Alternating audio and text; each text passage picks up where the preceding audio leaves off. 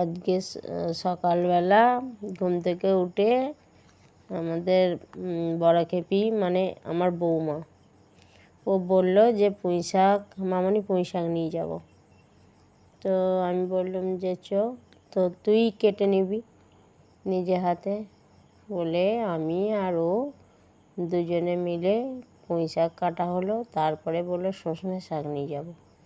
দিয়ে সজনে শাক ও নিজে হাতেই আমি বললাম তুই নিজে হাতে তোল।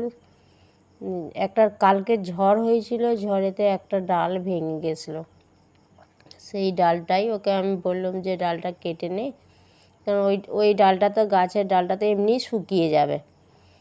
তারপর কয়েকটা কুমড়ো পাতাও বেশ আধশুকনো হয়ে গেছিলো, ওই কুমড়ো পাতাগুলোকেও বললাম তুলে নে, নিচে মাটিতে জলেতে কুমড়ো পাতাগুলো তো এবার পচে যাবে, তাহলে 2-1 কুমড়ো পাতাও নেই।